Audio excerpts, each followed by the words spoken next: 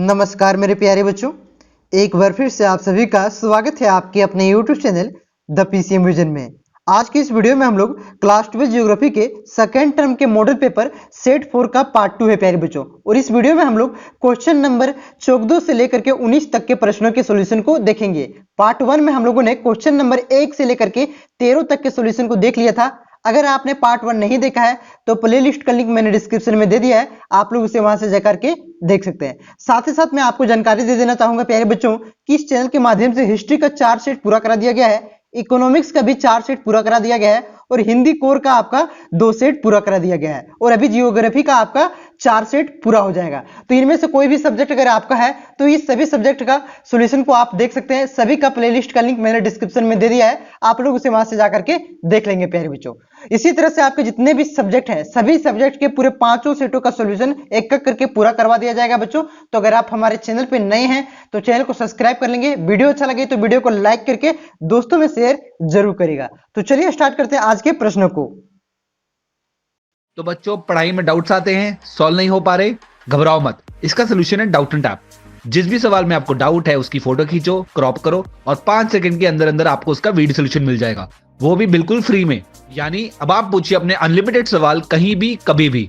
अब चाहे आपका सवाल क्लास 6 से 12वीं IIT JEE या नीट का हो या फिर CBSE यूपी बिहार राजस्थान या अन्य स्टेट बोर्ड का हो, कोई भी सब्जेक्ट हो, physics chemistry maths biology science, आपके सभी सवालों के जवाब आपको मिलेंगे सिर्फ डाउटनेट ऐप पर। साथ ही डाउटनेट पर चल रही है क्लास 9वीं से 12वीं IIT JEE और नीट के बच्चों के लिए ऑनलाइन क्लासेस, जिसका हिस्सा बनकर देश के सभी राज्यों से बच्चे लेकर आए रैंक 1। तो आज ही डाउटनेट ऐप इंस्टॉल करो, अपने सभी डाउट्स भगाओ और टॉप रैंक ले आओ। 14 नंबर का प्रश्न है प्यारे बच्चों, प्रदूषित जल के उपयोग से लोगों पर क्या प्रभाव पड़ता है।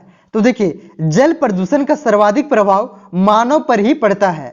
प्रदूषित जल के कारण मानवों को विभिन्न प्रकार के संक्रामक रोग तथा अन्य खतरनाक रोग होते हैं, जैसे पीलिया, तपेदिक, अतिसार, बुखार और पेचिश। अतिसार का मतलब क्या हुआ प्यारे बच्चों? डायरिया, ठीक ना। तो देखिए, हमारे देश में होने वाली संचारी रोगों में से 25% रोग जल जनित होता है। मतलब जल से ही आपका जितने भी संचारी रोग है प्यारे बच्चों, संक्रामक रोग है, ये किससे होती है? जल से ही होती है। उनमें से 25% रोग आपका जल से ही फैलता है। मानव मलमूत्र द्वारा संदूषित मिट्टी के संसर्ग से हुकवर्म हो जाता है। देखिए, इसमें और आगे है, खेत से पानी के साथ बहकर आए कीटनाशी भोजन श्रृंखला के विभिन्न माध्यमों से मानव शरीर में पहुंचते हैं और रोग उत्पन्न करते हैं। पारा माने कि Hg, ठीक ना, पारा आपका मरकरी हो गया। मरकरी युक्त यौगिकों से मछलियों के द्वारा खाने से उनके उपयोग से मानव के नेत्र तथा मस्तिष्क पर बुरा प्रभाव पड़ता है। तो यहाँ पे देखिए, मानव पर क्या प्रभाव पड़ता है प्यारे बच्चों, लोगों पर क्या प्रभाव पड़ता है जब उसको प्रदूषित जल को पीते हैं, उसका उपयोग करते हैं। तो कई प्रकार की बीमारियां होती है, आप लोग यहाँ पे देख सकते हैं, पीलिया, तपेदिक, अतिसार, बुखार और पेचिश। देखिए, आपके जितने भी रोग होते हैं उनमें से जल जनित रोग होते हैं, उनमें से 25% आपका जल जनित रोग होते हैं। जितने भी संक्रामक रोग हैं प्यारे बच्चों, संचारी रोग हैं, उनमें से 25% आपका क्या है? जल जनित रोग है, जो जल से ही होता है प्यारे बच्चों, ठीक ना। किसके कारण? जल प्रदूषण के कारण ही ऐसा होता है।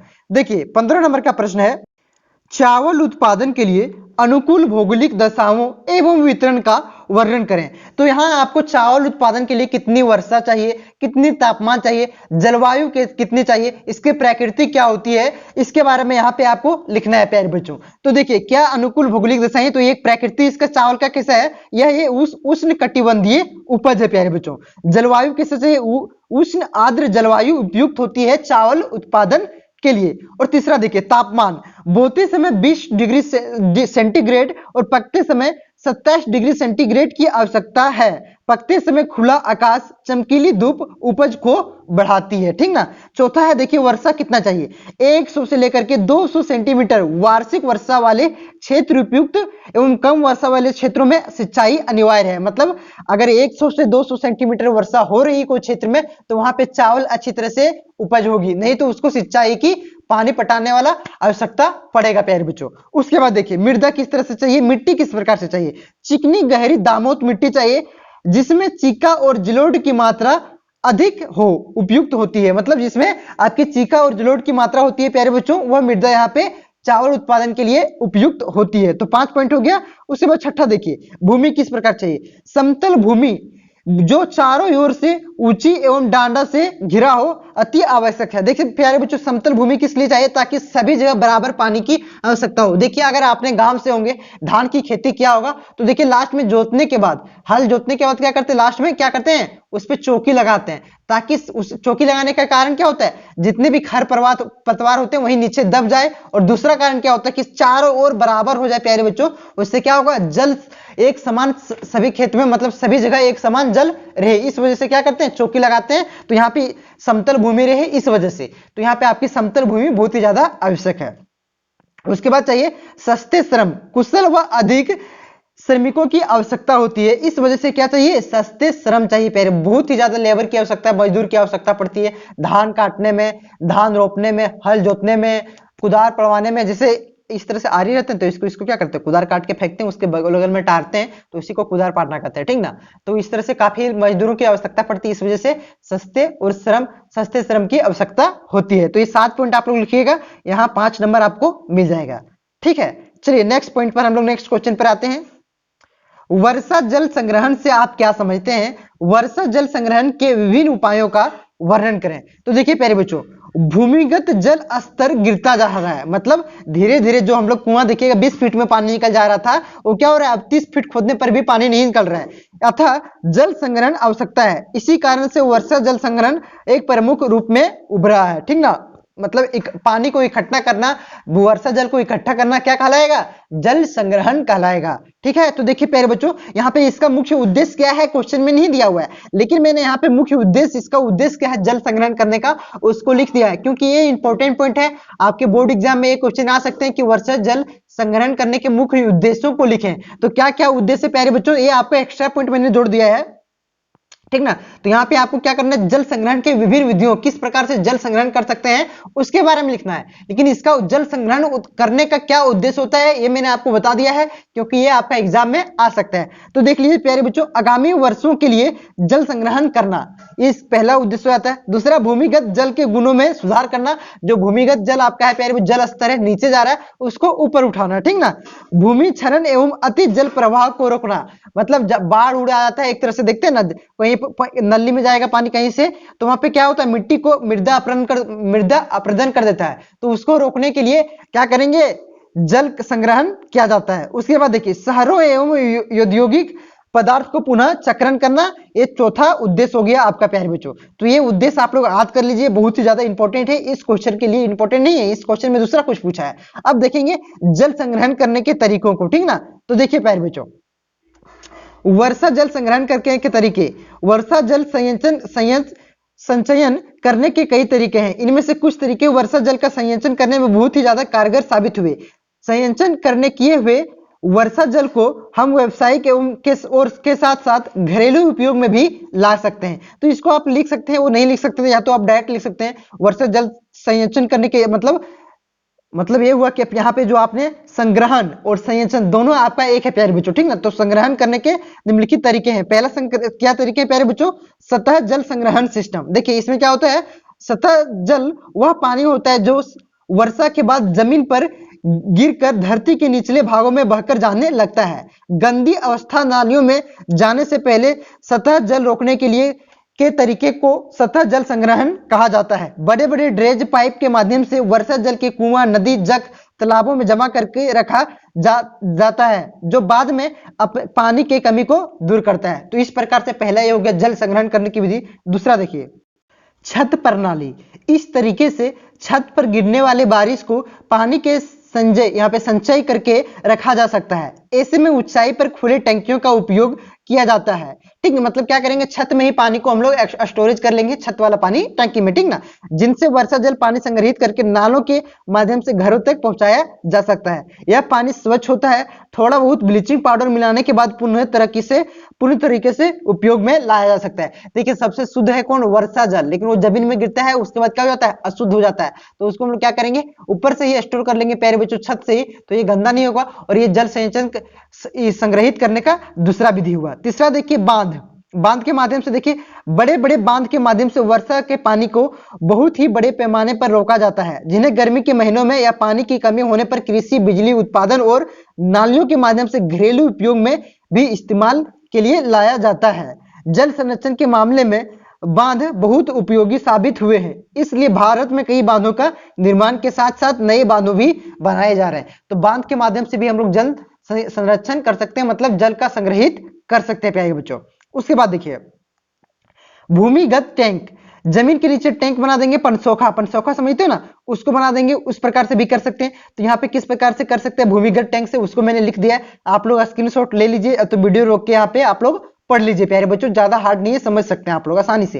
ये आपका दैनिक जीवन में किस प्रकार से, वही आपका यहाँ पे मैंने लिखा है, ज्यादा कुछ नहीं लिखा है, रिलेटेड जो आप दैनिक जीवन में देखते हैं इसको आप अपने से भी लिख सकते हैं, ठीक ना। तो आप लोग अच्छा से समझिए अपने से, ठीक है। जो इंपॉर्टेंट था मैंने समझा दिया आपको, भूमिगत टैंक वाला पनसौखा वाला अपने से लिख लीजिएगा। 17 नंबर का प्रश्न देखिए, उद्योग की अवस्थिति प्रभावित करने वाले कारकों का उदाहरण सहित व्याख्या करें। मतलब उद्योग को स्थिति को प्रभावित करने वाले कौन कौन से कारण है, इसको यहाँ पे आपको लिखना है। तो देखिए प्यारे बच्चों, पहला कारण क्या है, कच्चा माल। अगर कच्चा माल जहां रहता है तो लोग वहां पे ही क्या करते हैं, ज्यादा फैक्ट्री लगाते हैं, स्थिति वहीं पे लगाते हैं फैक्ट्री का, ठीक ना, जहां पे कच्चा माल होता है। जैसे यहाँ पे क्या देख रहे हैं, आपने टाटा लगाया है, टाटा यहाँ पे क्यों लगाया है, क्योंकि यहाँ पे लोहा कच्चा माल, लोहा हो गया इस्पात उद्योग के लिए कच्चा माल, तो कच्चा माल की यहाँ पे बहुत ही ज्यादा प्रचुर मात्रा में भंडारण है, इस वजह से यहाँ पे जमशेदजी टाटा ने क्या किया था, लौह इस्पात का फैक्ट्री यहाँ पे जमशेदपुर में स्थापित किया था, ठीक ना।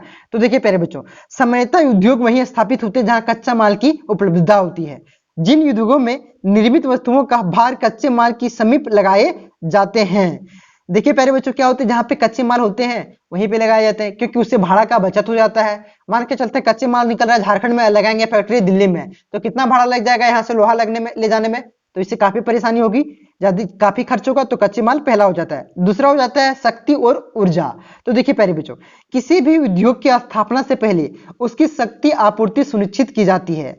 देखिए एल्युमिनियम उद्योग शक्ति के साधन के नजदीक लगाए जाते हैं, क्योंकि इनमें बिजली बहुत ही अधिक उपयोग किया जाता है। मतलब एल्युमिनियम उद्योग में बिजली का बहुत ही ज्यादा उपयोग किया जाता है। जहां पे बिजली, पानी, आपको ऊर्जा, जहां पे आपको कोयला मिल जाए प्यारे बच्चों, वहीं पे क्या होती है, ज्यादा फैक्ट्रियां लगती है। झारखंड में देख सकते हैं जितनी भी स्टील फैक्ट्रियां लगी हुई, क्यों, क्योंकि झारखंड में कोयला भी है, लोहा भी है, कच्चे माल आपका लोहा ही हो गया, तो कच्चे माल और आपका पावर भी, ऊर्जा भी यहाँ पे उपलब्ध है, इस वजह से। उसके बाद देखिए बाजार, अब क्या किए, सामान तो बना लिए भाई, बाजार नहीं रहेंगे तो बेचेंगे कहां पे, तो इसके लिए क्या चाहिए, बाजार भी चाहिए प्यारे बच्चों। ये भी आपकी उद्योग को अवस्थिति को प्रभावित करता है।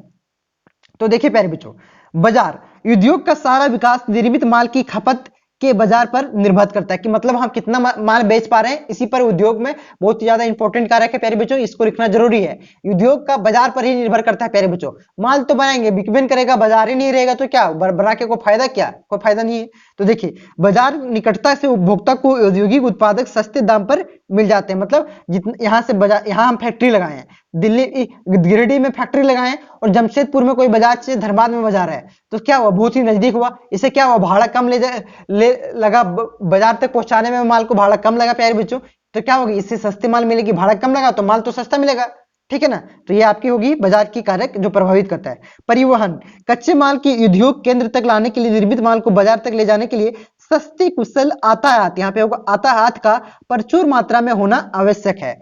मतलब प्यारे बच्चों, यातायात का होना आवश्यक इसलिए है क्योंकि देखिए प्यारे बच्चों, आप कच्चे माल बना लिए, मतलब माल यहाँ पे बना लिए, फैक्ट्री लगा लिए कच्चे माल के समीप, ठीक ना, तो माल यहाँ बना लिए, अब बाजार ले जाने के लिए क्या होगा, रोडे नहीं रहेगा, गाड़ियां नहीं रहेगा, मतलब बहुत ही ज्यादा भाड़ा लग जाएगा, तो क्या वहां पे आप प्रॉफिटेबल होगा, सस्ता में मिलेगा माल, नहीं, तो ये भी एक प्रभावित करता है, ठीक ना। उसके बाद श्रम, जहां पे श्रम मजदूरी सस्ता में मिलता है, लोग वहीं पे फैक्ट्री लगाना चाहते हैं, ठीक। तो देखिए सस्ते तथा कुशल श्रम की प्रचुर मात्रा उपलब्धता औद्योगिक विकास का मुख्य कारण है। कुछ उद्योग तो श्रम प्रधान ही होते हैं, मतलब कुछ उद्योग में ज्यादा से ज्यादा क्या होते हैं प्यारे बच्चों, मशीनों का प्रयोग नहीं किया जाता है, वहां पे ज्यादा से ज्यादा मजदूर का ही प्रयोग किया जाता है। जहां पे सस्ते और आपका जो प्रधानता है, मतलब अच्छे कुशल का मतलब ये हुआ प्यारे बच्चों, जो जिसमें अच्छी गुण हो, अच्छा से काम करे, जिसको जानकारी हो, ठीक ना, वो सब मजदूर जहां पे मिलेंगे वहीं पे ज्यादा फैक्ट्रियां लगाए जाते हैं। इन्हें विशेष दक्षता वाले श्रमिकों की आवश्यकता होती है, जैसे फिरोजाबाद का चूड़ी उद्योग श्रम प्रधान उद्योग है प्यारे बच्चों। तो यहाँ पे देख लिया आपने, श्रम प्रधान उद्योग, फिरोजाबाद का चूड़ी उद्योग, एग्जाम्पल देके समझा सकते हैं। आपका पांचवा है ऐतिहासिक कारक, मुंबई, कोलकाता, चेन्नई जैसे केंद्रों पर औपनिवेशिक काल में ही विकास हो गया था। मुर्शिदाबाद, भदोही, सूरत, बड़ोदरा प्राचीन समय से ही औद्योगिक विकास का केंद्र के रूप में उभरे आए हैं। मतलब जहां से आपका बाजार के रूप में प्रसिद्ध है, मान के चलते धर्माद आपका बाजार के रूप में प्रसिद्ध है प्यारे बच्चों। तो धर्माद में तो क्या आप गांव में लेकर के आए कोई भी सामान बेचेंगे तो वहां पे होगा क्या। सूरत देखिए आपका हीरा के लिए प्रसिद्ध है, ठीक ना, कपड़ा के लिए प्रसिद्ध है। तो दूसरे जगह पे कपड़ा का मिल लगाएंगे वहां तो ज्यादा बिकेगा क्या। सारा ग्राहक तो आपका बड़े बड़े व्यापारी सूरत ही खरीदने जाएंगे क्योंकि वो प्रसिद्ध है, वहां पे पहले से बहुत ही कपड़ा मिल रहा है। तो ये ऐतिहासिक कारक भी आपका बहुत ज्यादा मदद करता है, बहुत ही ज्यादा प्रभावित करता है प्यारे बच्चों। 18 नंबर का प्रश्न देखिए, भारत में नगरों के विकास के कारण उत्पन्न होने वाली पर्यावरण समस्याओं के बारे में लिखना। मतलब नगर का विकास हो रहा है, नगर का विकास कैसे हो रहा है, जनसंख्या बढ़ रहा है, वहां पे फैक्ट्रियां लग रही है प्यारे बच्चों, बड़े बड़े बिल्डिंग बन रहे हैं, मॉल लग रही है, ठीक ना। तो इस वजह से पर्यावरण पर क्या प्रभाव पड़ता है उसके बारे में यहाँ पे आपको लिखना है। देखिए प्यारे बच्चों, नगरीय केंद्रों में जनसंख्या के लगातार बढ़ते रहने के एवं औद्योगिकीकरण के फलस्वरूप पर्यावरण प्रदूषण एवं अवनयन की कई समस्याएं उत्पन्न हो गई है। सबसे ज्यादा प्रदूषण वायु जल में देखने को मिलता है। देखिए वायु प्रदूषण, महानगरों में प्रदूषण का मुख्य कारण वाहनों एवं औद्योगिक संस्थाओं द्वारा निश्चित विषैले रसायन, जिनमें मुख्यतः सल्फर डाइऑक्साइड, कार्बन मोनोऑक्साइड, सीसा, नाइट्रस ऑक्साइड। एक सर्वेक्षण, मतलब ये सब आपका वायु प्रदूषण का मुख्य कारण है प्यारे बच्चों। देखिए एक सर्वेक्षण में national environmental engineering research institute Nagpur के अनुसार 1990 में उद्योग से निकलने वाली सल्फर डाइऑक्साइड की मात्रा 45,000 टन था, ठीक ना, प्रति वर्ष थी, जो बढ़ करके 2000 ईस्वी तक 48,000 टन प्रति वर्ष हो गया है, हो जाने की आशा है प्यारे बच्चों। ये पुराना डेटा है, ठीक ना। इसी के तहत औद्योगिक नगरों में जाड़े के मौसम में तापीय प्रतिलोमन के समय कारखानों की चिमनियों से निस्तब्ध धूम्र एवं सल्फर के कारण वायु के साथ मिश्रण के कारण जानलेवा नगरीय धूम्र कोहले की उत्पत्ति होती है प्यारे बच्चों। मतलब जो प्रदूषण निकलता है उससे वायु प्रदूषण तो हो ही रहा है और कोहरा भी बन जा रहा है, कुहासा भी बन जा रहा है। किसके कारण? प्रदूषण के कारण। आप लोगों ने सुना होगा कि दिल्ली में देखिए किस तरह से वहां पे मौसम रहता है, पूरा प्रदूषण रहता है और दिखाई नहीं देता है, विजिबिलिटी बहुत ही कम हो जाता है वहां पे।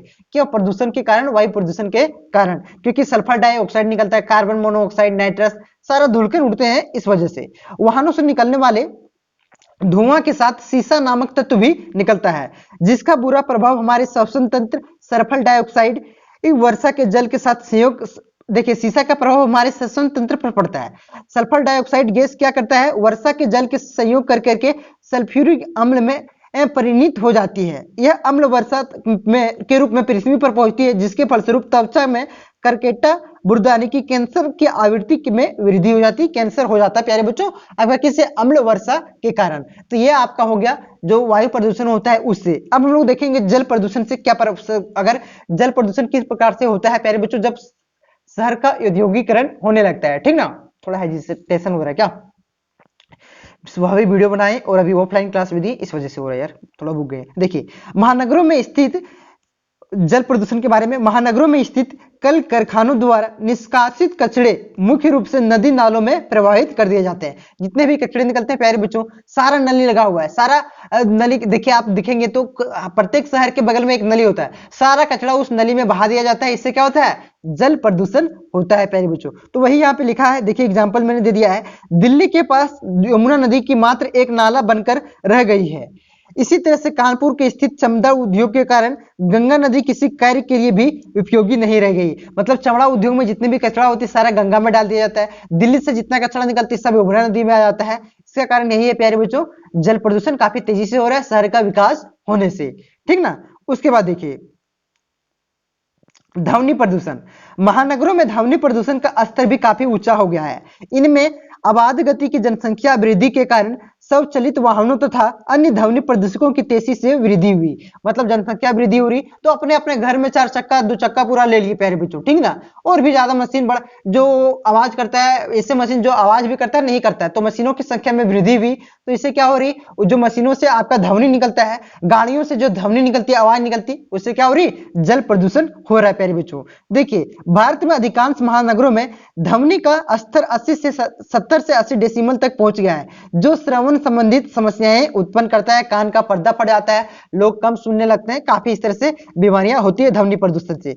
अब चौथा देखिए, भूमि जल स्तर में कमी आई। शहर में अगर शहर की जनसंख्या में वृद्धि होगी, शहर आपका औद्योगिकरण में वृद्धि होगी, इससे क्या होती है, भूमि जल स्तर जो आपका जमीन के नीचे जो पानी का स्तर है प्यारे बच्चों, अभी आपको समझाएं कि पहले पानी खोदते, कुआं खोदते तो 20 फीट में पानी निकल जाता था, अभी 30 फीट में निकल रहा है, कुछ दिन बाद 40 फीट में निकल जाएगा, ठीक ना। इसी प्रकार से एक बार जीरो ग्राउंड वाटर लेवल में चला जाएगा। चेन्नई में आपका पानी खोद के निकाला नहीं जाता, समुद्र के पानी को साफ करके वहां पे पिलाया जा रहा है, ठीक ना। या तो दूसरे जगह से पानी वहां पे नल के माध्यम से लाया जा रहा है। क्या कारण है, सूखा, भूमि जल स्तर पूरा नीचे चल गया। अब ये जल स्तर नीचे कैसे आता है, शहर में देखिएगा हर जगह पक्का रहता है, पानी नीचे जमीन के नीचे घुसबेन करता है, तो पानी घुसेगा नहीं तो निकालेंगे कहां से, जल स्तर तो ऑटोमेटिक नीचे जाएगा, हर जगह पक्का रहता है, रोड रहता है, हर जगह बिल्डिंग बन गया है, तो वो पानी कहां जाते हैं, नलियों के माध्यम से तालाब में चले जाए, नदियों में चले जाते हैं, नदी का पानी कहां चला जाता है, समुद्र में चला जाता है, तो वहां पे क्या हुआ, जल स्तर में कमी आ जाता है प्यारे बच्चों शहर के कारण। तो वही यहाँ पे आपका लिखा हुआ है, इसको आप लोग पढ़ लीजिएगा और लिख लीजिएगा, मैंने आपको यहाँ पे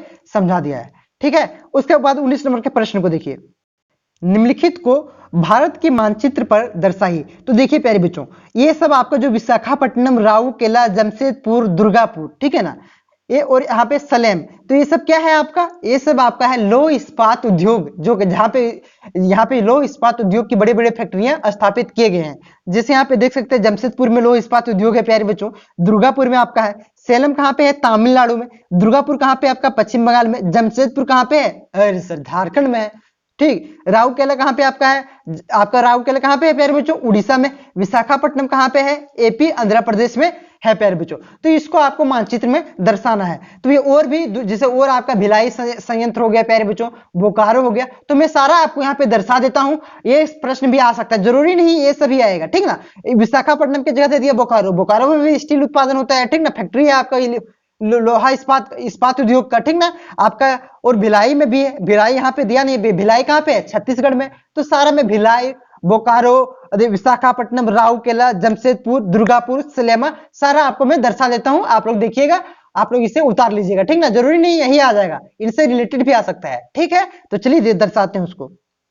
देखिएगा प्यारे बच्चों, ये आपका भारत का मानचित्र है, ठीक ना। तो पहले क्या दर्शाने का था, राउरकेला हम लोग पहले दर्शा लेते हैं। तो राउरकेला कहाँ है प्यारे बच्चों, उड़ीसा में है। तो देखिए ये आपका उड़ीसा है प्यारे बच्चों, ये आपका उड़ीसा है, और राउरकेला आपका यहाँ पे है। उसके बाद दूसरा क्या था, जमशेदपुर। तो जमशेदपुर कहाँ है प्यारे बच्चों, झारखंड में है। तो जमशेदपुर कहाँ पे है, यहाँ पे, ठीक ना। उसके बाद दर्शाने के साथ दुर्गापुर, ठीक ना। तो दुर्गापुर जो बनाया है प्यारे बच्चों स्टील उद्योग के लिए, इस्पात उद्योग को किस देश की सहायता से स्थापित किया गया था, ब्रिटेन की सहायता से। तो ये कहाँ पे है, देखिए यहाँ पे दुर्गापुर, पश्चिम बंगाल। पश्चिम बंगाल कहाँ पे है, देख सकते हैं आप लोग, ये जो आप यहाँ से इस तरह से देख रहे हैं प्यारे बच्चों, ये आपका पश्चिम बंगाल है। तो दुर्गापुर यहाँ पे आपका है, ठीक ना। उसके बाद राउरकेला, बिरनपुर हो गया आपका, यहाँ पे देख सकते हैं आप। उसके बाद देखिए सेलम, सेलम कहाँ पे प्यारे बच्चों, तमिलनाडु में। तो तमिलनाडु आपका कहाँ पे है, देखिए ये आपका क्या है, तमिलनाडु। तो सेलम यहाँ पे है, देखिए यहाँ पे देखिए विजयनगर में भी है, भद्रावती में भी आपका है, ठीक ना। तो ये देखिए विजयनगर कहाँ पे, कर्नाटका में, भद्रावती कहाँ है, कर्नाटका में। तो ये भी आपका स्टील उत्पाद उद्योग है प्यारे बच्चों, यहाँ पे भी स्थापित किया गया है, ठीक ना।